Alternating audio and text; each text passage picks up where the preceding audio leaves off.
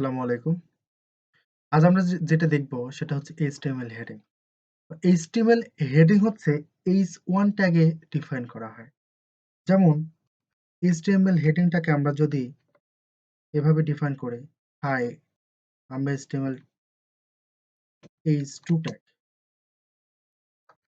ঠিক একইভাবে আমরা 3, 4, 5, 6 ডিফাইন করতে পারি। 3, 4, 5,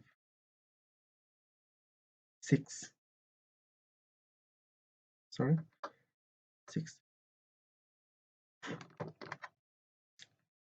চলুন দেখি আমাদের ব্রাউজারটা কি বলে।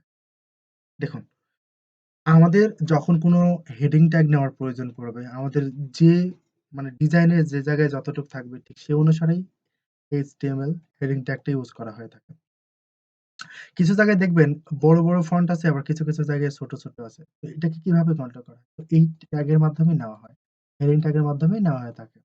তো এটাকে ইউজ করে আমরা এই সমস্ত পেজের ডিজাইন করা হয়। এবং আরো আছে not only H1 heading tag আরো আছে। আশা করি বিষয়টা বুঝতে পেরেছেন। ঠিক এভাবেই ডিজাইনটাকে করা হয়ে থাকে। ধন্যবাদ সবাইকে।